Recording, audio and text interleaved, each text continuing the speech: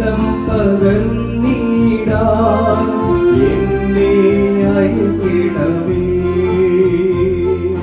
പോയിടാം വൻകൊയ്ത്തിനായി വിളഞ്ഞ വയലുകളിൽ, നേടിടാം ഈ ലോകത്തേക്കാൾ വിലയേറും ആത്മാവിനെ. ദൈവനാമത്തിന് മഹത്വമുണ്ടാകട്ടെ. ഇന്നത്തെ പ്രഭാത ധ്യാനത്തിനായി 7-ാം സങ്കീർത്തനം 11-ാം വാക്യം. ദൈവം നീതിയുള്ള ന്യായാധിപതിയാകുന്നു, ദൈവം ദിവസം പ്രതി കോപിക്കുന്നു. അനുതപിക്കാത്ത പാപിയെയും ദുഷ്ടനെയും ദഹിപ്പിക്കുന്ന അഗ്നിയാണ് ദൈവം.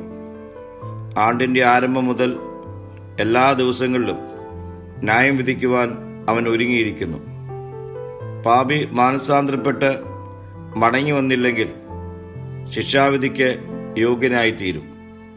ദൈവം നീതിയുള്ള ന്യായാധിപതിയായതിനാൽ അവൻ കാത്തിരിക്കുന്നു. പ്രിയ സ്നേഹിതരെ, വില്ലുവളച്ച് അമ്പ് തൊടുത്ത് ഉന്നം നോക്കി തയ്യാറായി നിൽക്കുന്ന വേട്ടക്കാരനെ പോലെ ന്യായവിധി നമ്മുടെ മുൻപിലുണ്ട്. അത് തിരിച്ചറിഞ്ഞ് നമ്മുടെ ജീവിതത്തെ നാം തിരുത്തണം. ദൈവം മനസ്സലിവും കരുണയുള്ളവനുമായിരിക്കുന്നത് പോലെ അവന് നീതിയുള്ള ഒരു ന്യായാധിപതി ആണെന്നുള്ള ബോധ്യത ദിനംപ്രതി നമുക്കുണ്ടാകണം. പ്രാർത്ഥിക്കാം.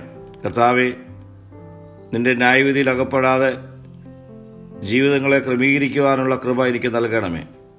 മഹത്വം നീ എടുക്കണം. യേശുവിൻ്റെ നാമത്തിൽ തന്നെ. ആമീൻ.